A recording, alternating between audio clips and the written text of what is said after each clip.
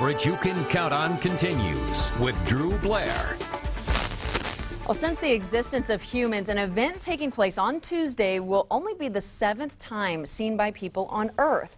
On June 5th, you'll be able to see Venus move across the face of the sun. Yeah, isn't that something? Yeah. The next time we'll be talking about this here on First News won't be until 2117. So be glad you tuned in today to find out how you can see what's called the transit of Venus. Obviously, with Venus moving through the sun's light, it will be dangerous to view without special devices.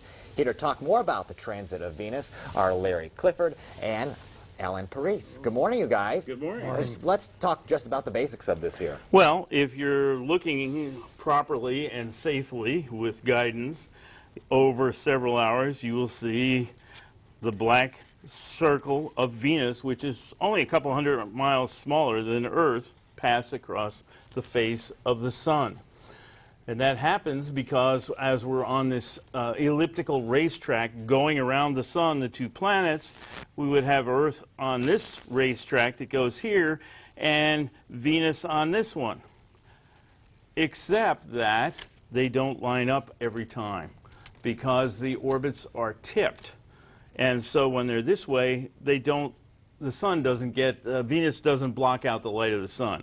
But every once in a while, 105, 111 years, Earth is here, and Venus in its orbit coming up this way is here, and you look right through the Earth to Venus and to the sun. And so it only happens rarely because these are ellipses, the planets travel at different speeds, and even though Venus passes us every year or so, they don't line up in those 2 points. Okay. Interesting. Does this happen with any other planets?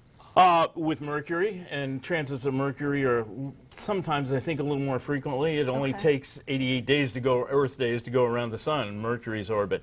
So, but again, the geometry has to be just right. But there have been a couple Mercury transits, I think, in the last 10 or 15 years. But it's smaller, much smaller. So it's really hard to see unless you've got professional equipment. Sure. Let's talk about the ways to observe this, because we talked, there's a little bit of danger looking at the sun, of course. Yeah. Larry? Well, if you come out to the University of St. Francis or Jefferson Township Park, where Fort Wayne Astronomical Society will be, you'll see, like this telescope, you'll note it has a solar filter on the end of it, makes it perfectly safe. There's eclipse glasses. They have basically the same filter equipment. And then binoculars, they have little filters that fit on the ends of them. Wow, I've never seen that. Yeah. And I just got these yesterday. Yeah, unfortunately, it's too late for the public to order this stuff. It takes weeks to get it. I was going to ask how easy this is to come by. It took me a week to find out somebody still had them in stock. Normally it's easy to, you make an internet purchase and 2 weeks later it's there, but they can't keep up, all the factories. So, you can't get it this time, but you can use it to look at the sun all the time and look at sunspots once you have them. So your biggest recommendation is to go to some event in that the would be city? the safest way to do it. Now, if you can't for some reason to get there and want to do it yourself, you can build, the plans are available on the internet. Wow. This is just aluminum foil with a pinhole in the end. Okay. And then at the other end, there's a little screen, and you just kind of throw it over your shoulder, aim it at the sun, and look at the image of the sun reflected on the screen down there. There's a screen in here. And at the other end is just a piece of tin foil with a tiny hole. If you go to the St. Francis website, www.sf.edu, and go to the planetarium pages, there's a link to our colleagues in another planetarium, and you can get this sheet will come to you as a PDF, which are plans to do this. The key for this is that it has to be at least 4 feet long.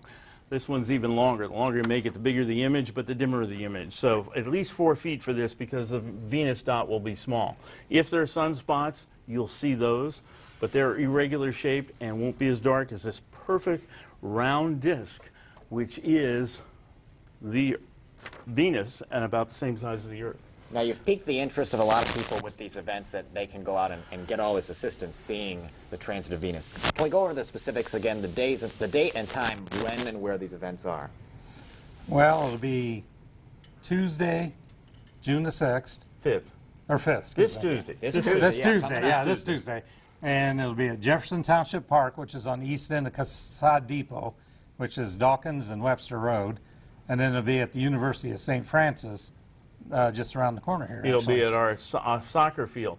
Then we've taken all contingencies. We will have 2 internet sites where you can view the NASA broadcast from Hawaii of this, rain or shine. They'll be open if it's clear, but if we have the luck of a lot of century-long examinations of the transit, it rains and that sort of thing, you can go to these sites and see it then. Allen County Library in New Haven from 5:30 to they close at 8:45, or from 5:30 till 1 a.m. the next day at St. Francis. And quickly, what time at the planetarium and the park? Anytime after 5:30 till sunset. Okay. And again, the internet site at St. Francis will still be open in the Science Building till 1 a.m. because we're all going there after we close up our telescopes and watch it from Hawaii. Sounds great, gentlemen. Thank you so much for joining us this morning. Unfortunately, we're out of time, but I think a lot of people will be joining you for this event. Thank We you. appreciate Thank you coming very in. much.